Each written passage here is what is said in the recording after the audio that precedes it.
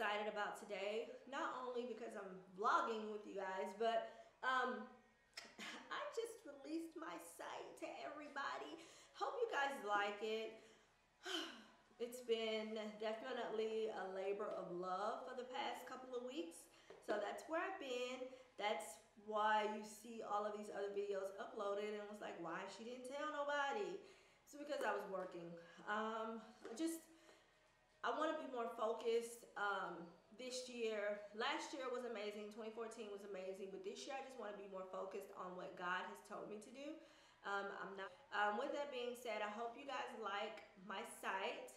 It is so beautiful.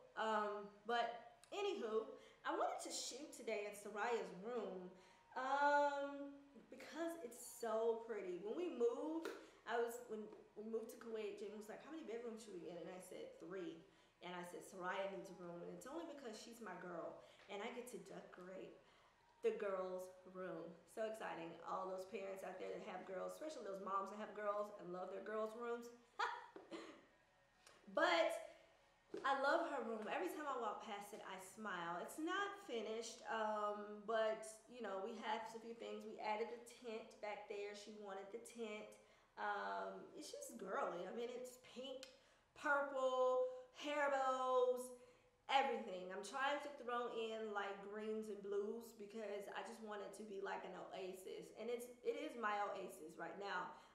My husband, he's not into the pink and the purples and stuff, so you know our room is going to be very standard. But her room is kind of like I can have fun and I can do whatever. So I wanted to shoot in here because it makes me happy. And the reason why I say that is because I'm talking today about being unhappy or discontent or lonely. And this is coming after I heard my brother, who is a pastor of the Gathering Oasis Church in Atlanta, Georgia. The link is below for their website, as well as the sermon that I heard that he preached on December the 28th. And personal to my heart, that's something that I had been struggling with, especially being here in Kuwait. When I was back home in the States, I didn't too much suffer from loneliness or discontentment, only because I was always around people, and I just, you know, I was just so busy. But when I got to Kuwait, it was kind of like everything just stopped. And although I love being here and it's a beautiful country and I can't wait to show more to you guys about the beautiful country, but just being here and home alone during most of the day was kind of lonely. And so going to what he preached about, I took a couple of notes in my handy dandy journal notebook. This is my notebook from Pinky Promise. Shout out to Pinky Promise. This journal's in there. It's such a wonderful journal, and I love it because every time I write in it, it's a scripture or a quote that I need to hear. And then no randoms. That's just my sister organization. Shout out to Pinky Promise. That link will be below for the boutique where you can get these products, the shirt and this, as well as my sister's vlogs and videos and everything, her blog and everything. All of that information will be below in this link. But I was writing in my journal when I was listening to the sermon on December the 28th, and one thing that stuck out, he was talking about loneliness and discontent, and I just encourage you guys to go listen to that sermon. That's one of I have a top 5 list of his sermons, and it's almost at their top #1 spot. Not for Sale is going to always be #1 for me because that's the sermon that saved my life. You know, I gave my life over to Christ after he preached that sermon. But loneliness and discontentment is definitely is up there in my top 5 that he preached. And it was so funny because when I arrived in Kuwait, I was excited. That first week, I was like, I'm in Kuwait. I'm in a different country. This is what I dreamed of. This is what I want to do. This is my life. I can't believe it. It's my life. And after that week or two of excitement phase, it was real time. Like reality set in. And I can tell you that I cried maybe most of like the 3rd week. I think maybe every day I cried. It was crazy. And it wasn't crying because things were going on at home. It was just things going on with me and myself. And I say that because I wrote November the 29th. I wonder if it's going to focus, but this is November 29th here. That's what it says here, November 29th, 2014. I wrote up in my journal during my quiet time, I said, from the moment I stepped off the plane, I thought I had arrived. I arrived to my planned life until it changed. And I go in to say about my expectations of what I thought when I got here, what I was going to be doing, who I was going to be meeting, where I was going to be going. And it was just like none of that stuff was happening. December the 1st, my quiet time with God, another post that I had with God. And basically, at that point, I think that was when God was speaking to me and was like whooping me, to so to say, like, child, you don't trust me? You write all the time about how you trust me. You praise, you during your worship time with me, you say you trust me, and now you're writing November the 28th. You're upset and you're sad, and like, Lord, asking me why. You don't trust me? Like, you don't trust me with your life? Girl.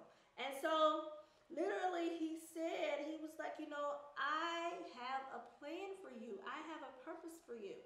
Trust me. It may not happen in your timeline, because that's what I was doing. I was putting God on my time and not necessarily living his time. But, he was like, you put me on your time, and you expect these things to happen so quickly when you haven't allowed me to work. Going to watch Sunday services. I watch Sunday services every Sunday here, so it is always a week behind. So I kind of wait till he posts. Like, he just preached last Sunday, so it'll probably be up Tuesday.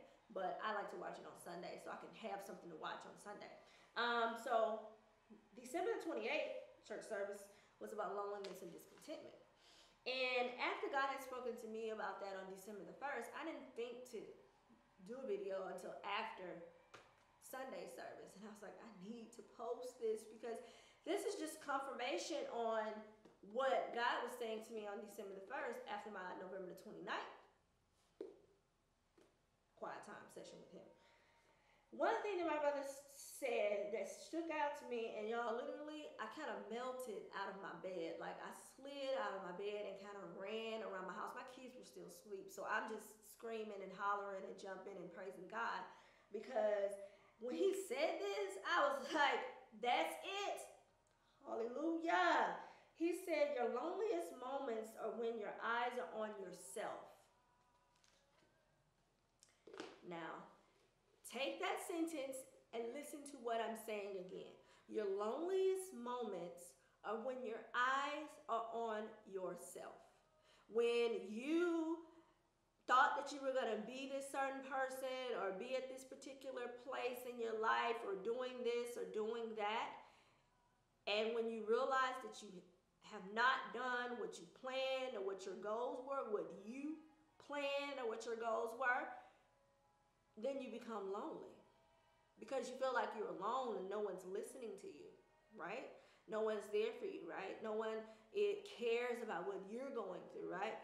Your loneliest times are when your eyes are on yourself. Now, when your eyes are focused on Christ and God, you're not lonely anymore. You're happy and you're joyful and you're thankful, and you're thanking him for his grace and his mercy. You're just rainbows and unicorns at that point. I like to say.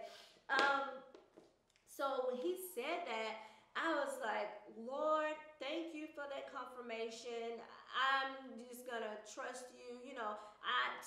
For me personally, I think discontentment, and I kind of linked it into my past, and discontentment and loneliness is just a disease to me. It's kind of like you need Jesus Christ as medication to take him in, pour him into you, to get rid of that illness that you have, which is discontentment and loneliness. And when I was discontent, or if I was lonely, like I said, that third or fourth week being in Kuwait, I had anxiety attacks. I was having panic attacks, and I haven't had an anxiety or a panic attack maybe within 3 years, so to say. And I was literally hyperventilating and crying and begging, Lord, Lord, please take this away. And it was nothing as far as focusing on what God has not done for me, because I hadn't allowed him to work or allowed him to show me what he wanted me to do, because I'm too busy trying to put a move on it and put a timer on him and put him on a timeline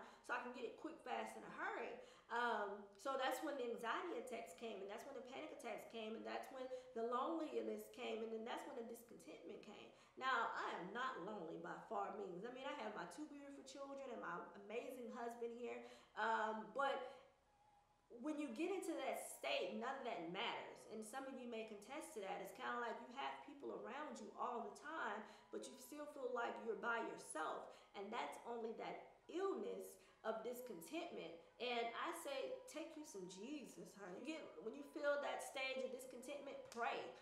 When you feel like you're alone, get into his word. Go read the Bible. Get around like-minded Christians that can kind of help pour into you and get you out of that state. I can encourage you guys, especially, definitely go listen to that sermon. That sermon wrecked me to the core. And it kind of gave me confirmation that I just need to wait and be patient and just trust in God and what he has for me. And working on my website, which you guys see, I launched today. I'm so excited. And God got onto me about Soraya's accessory line. So I have been working on trying to get that back up and running.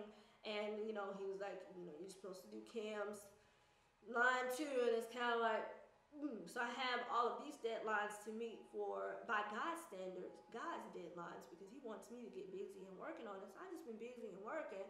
That's why you haven't seen me on social media or anything like that.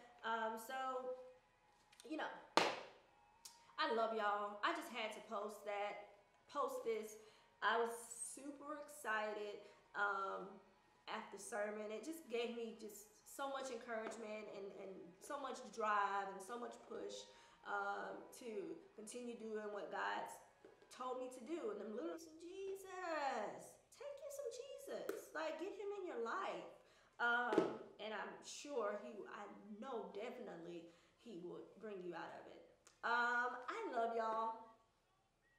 Soraya's room is gorgeous. I cannot wait to finish it. She's gonna have lanterns hanging. I'm going to get that stuff today to hang the lanterns. It's gonna be fabulous. I can't wait. And I will do a tour once I did a little bit of it the other day, but when it's officially done, I can't wait. But love y'all. Take care. I hope your year is starting off as fabulous as it was the day before. But I love y'all. Take care. And God bless y'all. Peace.